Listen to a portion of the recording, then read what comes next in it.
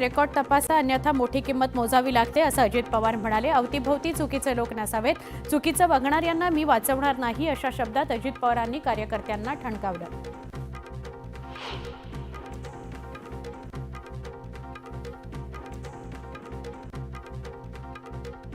दादांनी कार्यकर्त्यांना सज्जड दम दिलेला आहे. कुणाचीच दादागिरी खपवून घेतली जाणार नाही. बीडचं नाव खराब होता कामा नये. मी पालकमंत्री आहे, त्यामुळे आता माझं बीडकडे कटाक्षाने लक्ष असेल, असं अजितदादा बीडमध्ये कार्यकर्त्यांशी बोलताना म्हणाले.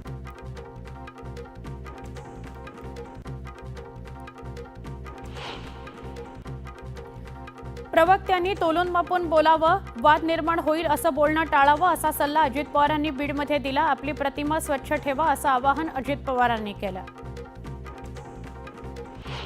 बीडमध्ये अजित पवारांना भेटण्याकरता कार्यकर्त्यांची झुंबड उडाली. अजित पवारांना भेटण्यासाठी कार्यकर्त्यांची प्रचंड गर्दी झाली. पोलीस बंदोबस्त लावण्याची वेळ आली. उपमुख्यमंत्री अजित पवारांनी बीड दौऱ्याच्या सुरुवातीलाच प्रशासनाला शिस्ती संदर्भात खडेबोल सुनावले. 4 तास बैठकीला आहेत, त्यामुळे हे नाही ते नाही असं चालणार नाही. आधीच संपूर्ण अपडेट होऊन या, असा इशारा दादांनी अधिकाऱ्यांना दिला. उपमुख्यमंत्री अजित पवारांनी बीडमध्ये योगेश क्षीरसागर यांच्या निवासस्थानी जाऊन त्यांची भेट घेतली. योगेश क्षीरसागर यांच्याकडून अजित पवारांचं जोरदार स्वागत करण्यात आलं. वादग्रस्त वक्फ मंडळ दुरुस्ती विधेयक आज प्रश्नोत्तराच्या तासानंतर दुपारी 12 वाजता लोकसभेत मांडलं जाणार आहे. लोकसभेच्या कामकाज सल्लागार समितीच्या बैठकीत हे विधेयक सभागृहामध्ये मांडण्याचा निर्णय घेण्यात आलाय.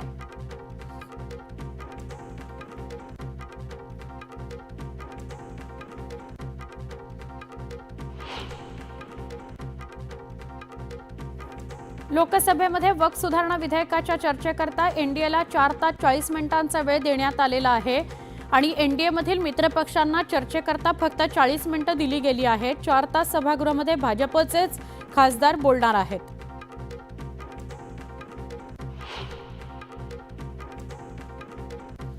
वक्फ सुधारणा विधेयकाला राष्ट्रवादी काँग्रेस शरदचंद्र पवार पक्षाचा विरोध आहे. इंडिया आघाडीच्या बाजूने राष्ट्रवादी काँग्रेस शरद पवार पक्ष मतदान करणार आहे. वक्फ सुधारणा विधेयकाला लोकसभेमध्ये उबाठा शिवसेना विरोध करणार आहे. या विधेयकाचा हिंदुत्वाशी काही संबंध नाही, असं उबाठा खासदार संजय राऊतांनी म्हटलं. हिंदू आणि मुस्लिम यांच्यात दंगल होऊन दुफळी माजावी अशी सरकारची भूमिका असल्याचा आरोप राऊतांनी केला आहे.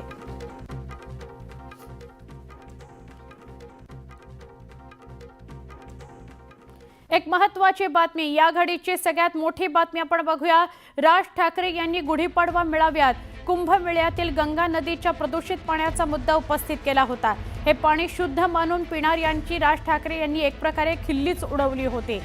याच मुद्द्यावरून सदा सरवणकरांच्या मुलानं राज ठाकरे यांना डिवचलंय. गंगाजल शुद्धच आहे, पण काहींच्या विचारांचं काय, असा मजकूर समाधान सरवणकर यांना लिहिला आहे. एका फलकावर तो लिहिलाय. या बॅनरवर मनसेनं तीव्र प्रतिक्रिया दिलेल्या आहेत. आमच्या प्रतिनिधी प्रणाली कापसे यांच्याशी आपण बोलूया. प्रणाली, काय सांगाल या बॅनरविषयी? आमच्या प्रतिनिधी प्रणाली यांच्याशी आपण बोलूया. हर हर गंगे नमामि गंगे असं समाधान सरवणकर यांनी लिहिलंय. समाधान सरवणकर यांनी यातून राज ठाकरेंना डिवचण्याचा प्रयत्न केलेला आहे. गंगाजल शुद्धच असतं, पण काहींच्या विचारांचं काय, असं या बॅनरवर लिहिण्यात आलंय. या बॅनरची चर्चा सर्वत्र होतीये, कारण नुकतंच या गंगाजलाच्या शुद्धीकरणासंदर्भात किंवा शुद्धतेसंदर्भात भाष्य केलं होतं राज ठाकरेंनी आणि त्यालाच डिवचण्याचा, म्हणजे त्या वक्तव्याला राज ठाकरेंना डिवचण्याचा प्रकार या बॅनरमधून घडलेला दिसतोय. समाधान सरवणकर, आता काही लोकांनी मला प्रश्न विचारला, त्याच्यामध्ये तेच सांगितलं की समाधान सरवणकर हा कोण आहे. हा एक बालबुद्धी आहे, ज्याचं शिक्षण कमी आहे, ज्याची वैचारिक पातळीच कमी आहे. अशा या बालबुद्धीने मला वाटते आपल्या बाबांना पण न विचारता हा होर्डिंग लावलाय. त्याला मला वाटते नंतर दम मिळणार आहे त्याला. समाधान सरवणकर यांनी हा बॅनर लावलाय. स्वतःच्या वडिलांना सुद्धा न विचारता त्यांनी हा बॅनर लावला असेल, तो बालबुद्धी, अशा प्रतिक्रिया येत आहेत, विरोधाच्या या प्रतिक्रिया आहेत. पण समाधान सरवडकरांनी हा बॅनर लावून राज ठाकरेंना डिवचलेला आहे। दादरमध्ये शिवाजी पार्कात हे बॅनर लावलंय। आमच्या प्रतिनिधी प्रणाली कापसे यांच्याशी बोलूया। प्रणाली, काय अधिक सांगाल? मनसेच्या वतीनं हा बॅनर फाडण्याचा प्रयत्न केला गेला होता, परंतु तो न फाडता आता मुंबई महानगरपालिका आणि पोलीस प्रशासनाच्या वतीनंच या ठिकाणी पोलीस आणि मुंबई महानगरपालिका या ठिकाणी दाखल झालेला आहे आणि हे भलं मोठं बॅनर जे आहे ते आता काढलं जाणार आहे। माजी नगरसेवक समाधान सरवणकर, जे सदा सरवणकर माजी आमदार यांचे सुपुत्र आहे, त्यांच्या वतीनं हे बॅनर लावण्यात आलेलं होतं। भलं मोठं हे बॅनर जे आहे ते लावण्यात आलेलं होतं, ज्याच्यामध्ये राज ठाकरे यांच्या भाषणावर टीका करण्यात आलेली होती आणि आता या ठिकाणी जे विरोधी पथक आहे, म्हणजे जे अनधिकृत होर्डिंग्सच्या विरोधात कारवाई करणारं पथक ते या ठिकाणी दाखल झालेलं आहे। मुंबई महानगरपालिका आणि त्याचबरोबर पोलीस प्रशासन यांच्या वतीनं हे बॅनर जे आहे ते काढलं जाणार आहे। मनसेच्या पदाधिकाऱ्यांनी या संदर्भातली तक्रार केलेली होती, परंतु त्या तक्रारीवर आता थेट कारवाई केली जाते आणि म्हणूनच या ठिकाणी आपण पाहतोय की त्यांनी बॅनर फाडण्याच्या आधीच पोलीस प्रशासन आणि त्याचबरोबर बीएमसी प्रशासन जे आहे ते या ठिकाणी दाखल झालेलं आहे आणि आता या ठिकाणी कारवाई जी आहे ती केली जाणार आहे। मनसेचे काही पदाधिकारी या ठिकाणी उपस्थित आहे, आपण त्यांच्याशी बोलण्याचा प्रयत्न करूया। संतोषजी, सकाळपासून हे बॅनर या ठिकाणी लावण्यात आलेलं आहे, तुमच्या वतीनं खरं तर हे फाडलं जाणार होतं, पण आता तुम्ही शांत आहात।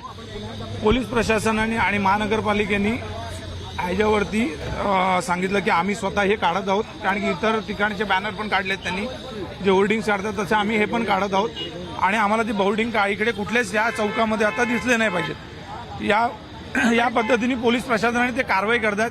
काय झालं, काही बालिश बुद्धींच्या लोकांमुळे हा इकडे वाद कुठे होऊ नये आणि समाधान सरवणकरांनी यांनी हे लावलेलं आहे, कारण अमित ठाकरेंच्या विरोधात त्यांचे वडील निवडणूक लढले होते म्हणून। अहो, ते बालिश बुद्धी आहे ना, त्यामुळे ते हे सरवणकर आहे समाधान, त्यांनी त्यांचं उदाहरण दिलेलं आहे। हा बॅनर लावून मोठी होर्डिंग आणि बुद्धी लहान, ह्याचं हे ज्वलंत उदाहरण आहे ते। परंतु आता मनसे या संदर्भामध्ये बीएमसी प्रशासनाला तक्रार केल्यानंतर ते आता कारवाई करतायत, पण असा बॅनर जेव्हा लावला गेला होता त्यावेळेला तुम्हाला कोणाच्या लक्षात नाही आलं?